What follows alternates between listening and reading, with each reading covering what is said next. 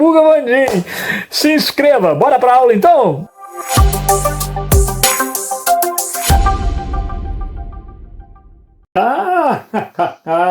Muito bem, olha a gente aí fazendo uma análise do Brasil monárquico, ou Brasil império, como você quiser, não é? Você sabe que o Brasil monárquico, essa fase da história do Brasil, é dividida em 3 blocos. Primeiro reinado, regência, segundo reinado. O primeiro reinado, que é o período que estamos estudando, foi da independência do Brasil, 1822, até Dom Pedro abdicar do trono em 1831.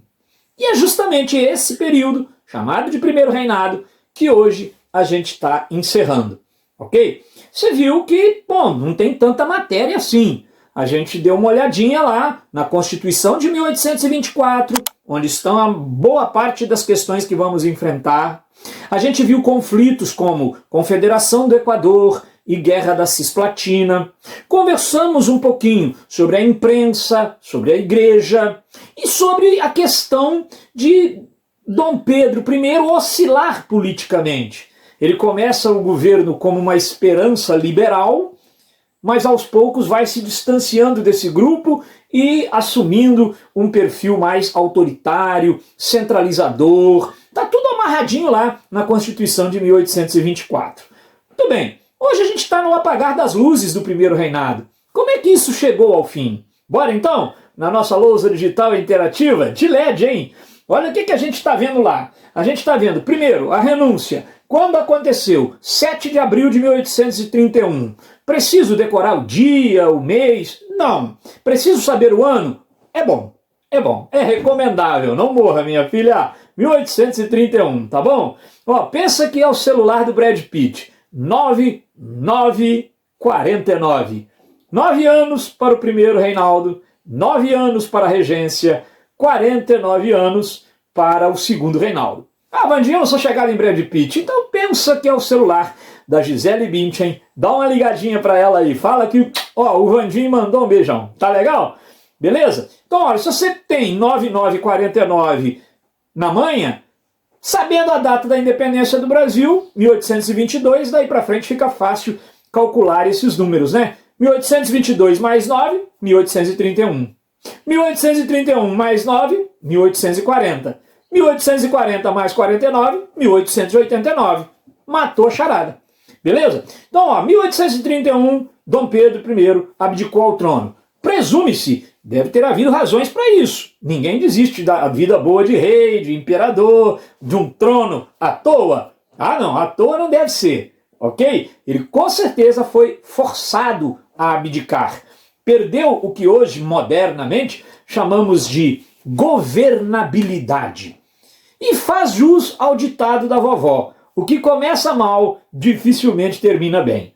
Ele já começou mal, né? Você viu as guerras de independência? Aquela história de contratar Cochrane, Labatou, Grenfell, mercenários, para poder descer o pé do ouvido aí, né? Baixar o porrete nos próprios brasileiros, que, claro, não estavam totalmente satisfeitos com ele. Unanimidade não há, né, meu amigo? Então vamos lá. Beleza. Como é que estava o governo dele depois de alguns anos? Tá lá, ó. Dom Pedro estava enfraquecido politicamente, perdeu governabilidade, ele estava sendo constantemente atacado pela imprensa, porque gastou muito dinheiro na Guerra da Cisplatina, perdeu a guerra. Tem toda aquela questão do recrutamento, ninguém fica satisfeito de ser recrutado à força para ir a uma guerra. Então ele estava apanhando daquela imprensa panfletária, né, que eu te falei. Ele estava também devendo muita grana à Inglaterra. Porque a gente sabe que lá, quando Dom João VI, pai dele, veio para o Brasil, já tinha assinado lá o Tratado de 1810 com a Inglaterra, tornando o Brasil muito dependente da Inglaterra. Nós estávamos bastante enrolados com a economia. A balança comercial aqui, deficitária. O café ainda não era uma realidade, né? Então quem poderia nos salvar economicamente? O Brasil estava numa fase ruim da economia e Dom Pedro teve que gastar dinheiro com uma guerra. Então esse era o contexto. Um Dom Pedro completamente desprivilegiado, completamente desassossegado, sua vida pessoal constantemente alvo de todo tipo de ataques via imprensa. Você sabe que quando a economia não vai bem, quem está no poder sofre, com certeza, porque doeu no bolso das pessoas, elas tendem a chiar, não é isso? Então esse é o contexto. Agora, há 3 fatos que agravam esse contexto e poderiam, por assim dizer, ser apontados como as principais causas dessa abdicação. Vamos lá? Primeira coisa, ó, a falência do Banco do Brasil. Quando o pai de Dom Pedro I, o Dom João VI, aquele que veio para cá fugindo do Napoleão, tal lá do período joanino, né? Quando Dom João VI foi embora, porque ele teve que ir, foi feita uma revolução em Portugal para obrigá-lo a ir, você já deve ter lembrado disso aí, né? Revolução Liberal do Porto. Quando ele foi embora, ele limpou os cofres do Brasil. Olha, o banco já estava sem dinheiro. Para agravar, o Dom Pedro errou na tentativa de consertar. Mandou que emitissem moeda. Você já estudou isso tantas vezes, né? A emissão de moeda sem muito critério contribui para que muito dinheiro em circulação provoque a desvalorização desse dinheiro.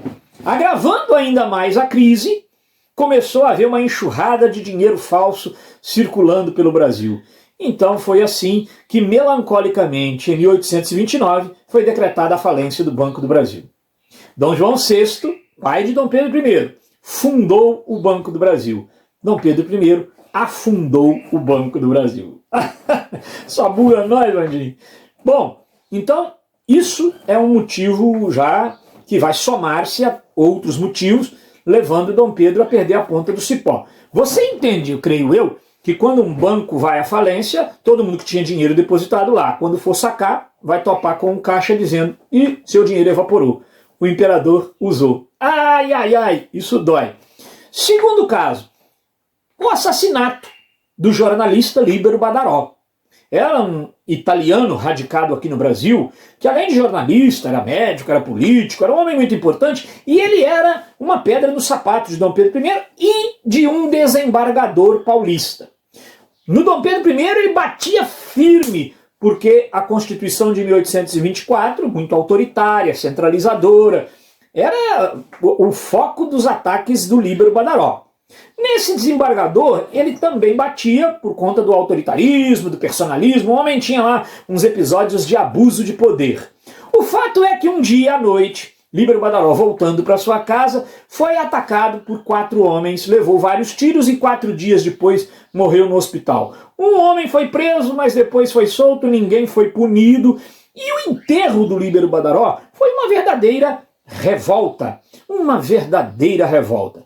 Olha, gente, há um episódio chamado Noite das Garrafadas, que mostra muito bem isso aí. O Dom Pedro sentindo que, poxa, de repente nem foi ele que mandou matar o Líbero Badaró, pode ter sido o desembargador, não sabe-se. O Dom Pedro sentindo que estava com a moral muito baixa, ele resolveu fazer uma viagem por Minas Gerais. Em cada cidade, por exemplo, Barbacena, onde ele chegou, os sinos tocavam convidando a população para uma missa em homenagem à alma de Líbero Badaró. Dom Pedro, então, voltou triste para o Rio de Janeiro, encerrou a viagem antes da hora, e os seus assessores mandaram fazer uma festa para receber o imperador. Essa festa virou um grande tumulto popular chamado Noite das Garrafadas. Jogaram garrafa na carruagem onde estava Dom Pedro I.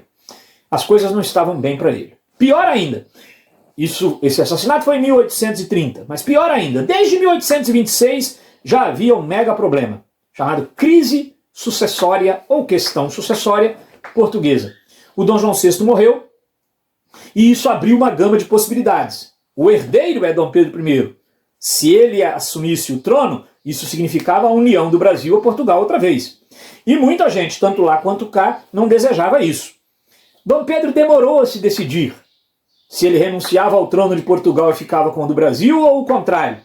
E isso magoou muitos brasileiros, que também já não gostavam muito dele. Não é? É como a namorada perguntando para o namorado: você gosta mais de futebol ou de mim? E ele falando: peraí, deixa eu pensar. Bom, já respondeu. Então o que vai acontecer? O Dom Pedro, além de demorar a dar a resposta, que preferia ficar no Brasil, ele renuncia em favor de sua filha Maria da Glória, que tinha 7 anos de idade, e nomeia o seu irmão Dom Miguel para ser o tutor da menina, com um acordo. Quando ela ficasse maior um pouco, o Dom Miguel se casaria com ela. Enquanto isso, a menininha, que tinha 7 anos, estudaria na Áustria. Nesse meio tempo, o Dom Miguel deu um golpe na menina, assumiu o trono, e aí Dom Pedro I tem que gastar fosfato e dinheiro para tentar resolver os problemas de Portugal. Óbvio que isso não desceu redondo na população brasileira. O imperador está cuidando de problemas que não são nossos, são problemas lá de Portugal, ainda com dinheiro que nem temos. Está se endividando cada vez mais com a Inglaterra, resolvendo problemas de Portugal. Ele apanhava dia e noite e não conseguiu, né? Já viu que não dava para ele. Na madrugada, renunciou, nem despediu da família, foi embora para Paris, deixou o trono para o seu filho de 5 anos, entregando o comando a José Bonifácio. É bom lembrar a figura de José Bonifácio. Ele e os irmãos Andrada, Antônio Carlos, Martim Afonso e José Bonifácio, foram os homens mais importantes no contexto da independência do Brasil. Você estudou isso. Finalzinho do primeiro do ano do ensino médio, você estuda isso na independência do Brasil. E agora, ele, que tinha brigado com José Bonifácio, traz José Bonifácio de volta ao Brasil para ser o tutor do seu filho. Foi embora.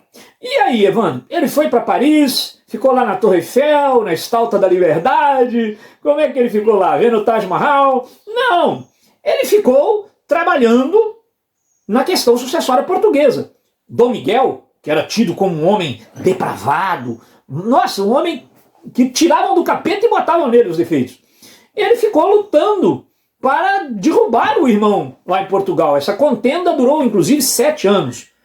Por isso, que quando Dom Pedro I morreu, e ele morreu pouco depois de conseguir derrotar o irmão, Dom Miguel, colocar a Maria da Glória no trono aos 15 anos de idade, quando ele morreu, ele deixou a imagem para os franceses de que ele era um grande liberal. Afinal de contas, ele estava combatendo um cara que usurpou o trono em Portugal.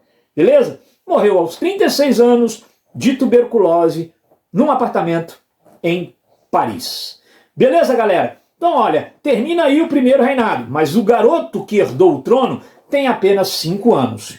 Não pode ser coroado ainda. Foi feito um acordo. Nós vamos ter regentes tomando conta das coisas até que esse garoto faça 18 anos.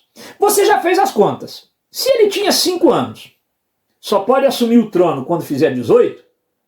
Uau, tem que se passar 13 anos. Mas quando você nos deu o telefone da Gisele Bündchen e do Brad Pitt, você disse que a regência durou 9 anos. Então ele assumiu antes de fazer 18. Sim, por isso que a regência, que é o período que vamos começar a ver, termina com o golpe da maioridade. Beleza? Mas não vamos antecipar as coisas. Cada problema na sua hora. Por enquanto é isso aí, galera. Força na peruca que nós estamos precisando. Terminou de assistir? Gostou? Nem doeu, né? Então agora vai lá, se inscreva no nosso canal, espalhe a boa nova, vira e mexe, tem um vídeo novo por aqui. Se não tiver também, não te devo nenhuma satisfação, mas vai entrando aí que aparecem as coisas, tranquilo? Não passa aperto com história não. Vem pro Sabuga Vandim que aqui a gente sabuga. Se não for história, vai ter aqui. Se não for, a gente inventa pra ter aqui também. Abração, hein? Deixa o seu like aí, inscreva-se.